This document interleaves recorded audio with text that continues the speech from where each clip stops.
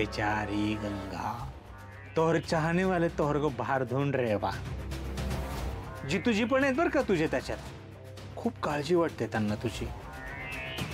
मला विचारतो, असं बारीक चेहरा झाला होता, मला विचारतो आमच्या पाहुणे बाईला कुठं बघितलं का? मी म्हटलं हाय, असतील इथनच कुठेतरी गेले असते। टेन्शन घेऊ नका तुम्ही, काय काळजी करू नका, मी आहे।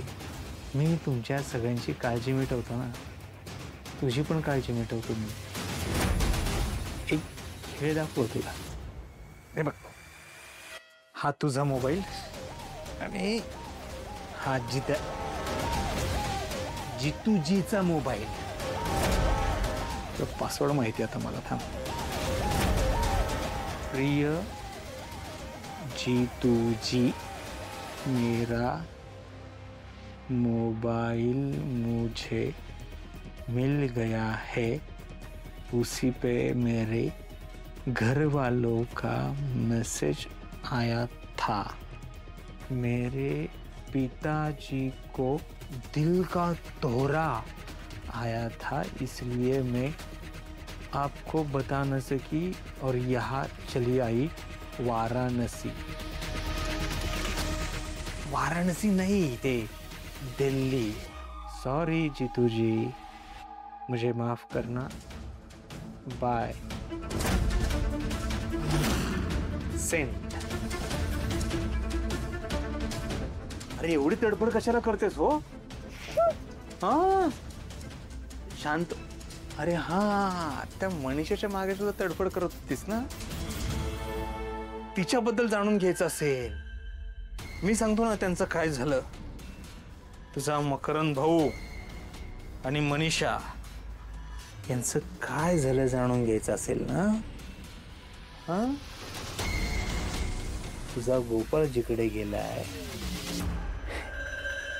तिकडे त्या दोघांना पाठवलंय मी, मकरंदला आणि त्या मनीषाला सुद्धा मारून टाकलंय मी।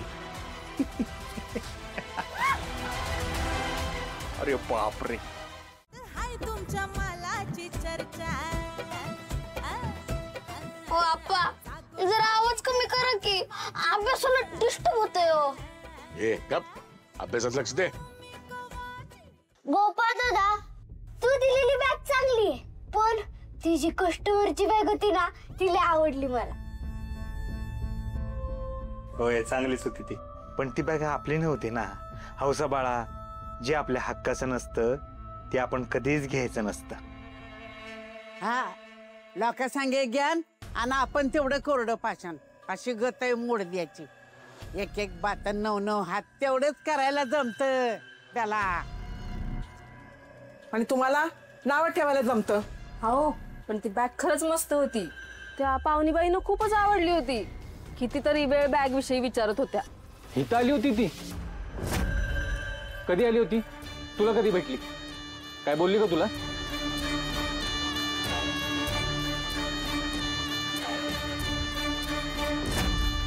हा गंगाबद्दल एवढं का विचारतोय? जितेनं पोलीस कंप्लेंट केली की काय? भाऊ भाऊजी, एवढी का चौकशी करताय त्यांच्याबद्दल? नाही, काय नाही, काल ते पोलीस स्टेशनला मला काहीतरी सांगायला आली होती। काय सांगायला? काहीतरी महत्वाचं सांगायचं होतं तिला। ती सांगणार पण होती, पण इतक्यात आमच्या साहेबांनी मीटिंग बोलवली आणि राहून गेले।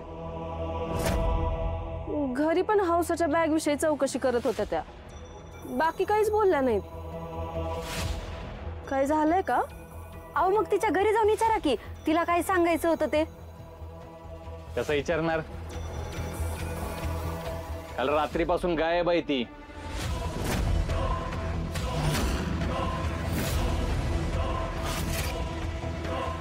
नाही।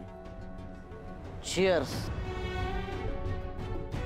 लगा, पाहुणीबाई लय चांगल्या होत्या स्वभावाने, त्या अशा बेजबाबदार वागणार नाहीत की मला न सांगता, माझ्या आईला न सांगता अशा अचानक निघून जातील। मंग्या, मला लगा काळजी वाटायला लागली त्यांची। गावातल्या कुठल्या नराधमानं तर त्यांना। अरे काय बोलतोय लका? अरे एवढ्या वर्ष आपल्या गावात काय झालंय का? अरे एवढी पण नीच माणसं नाहीत आपल्या गावात, गेले असतील कुठेतरी। येतील की परत. पण मी त्यांना शोधलं की अख्ख्या गावात सगळीकडे. नको काळजी करू, येतील परत. अरे फोन तरी करतीलच की. अरे कसं करणार मंग्या, माझा फोन बी त्यांच्याकडेच आहे. अरे हा, ती बी आहे का. अरे ही काय डाउनलोडिंग आहे मोबाईल.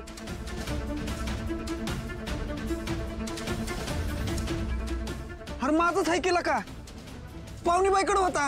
अरे म्हणजे पाहुणेबाई इथं आल्या होत्या. अरे पण मोबाईल काय इथं ठेवला होता. होय रे, असं का बरं केलं असेल त्यांनी. आता मला कसं माहित असणार. थांब मी बघतो. चालू झाला. मग यार पाहुणीबाईचा मेसेज आलाय मला. वाच वाच. हाँ, जीतू जी, मुझे मेरा फोन मिल गया. उस पे मेरे घर से फोन आया था कि मेरे पिताजी बहुत सीरियस है, उनको दिल का दौरा पड़ गया है, इसलिए मैं वापस दिल्ली जा रही हूँ. माफ करना, जल्दी निकलना पड़ा, इसलिए घर आके बता नहीं सकी. बघ आता गेलं त्यांच्या गावाला आणि तू इथं काय काय विचार करत बसलाय. भाईशी एकदा शेवटचं भेटून जाय पाहिजे होतं तुम्ही पाहुणीबाई.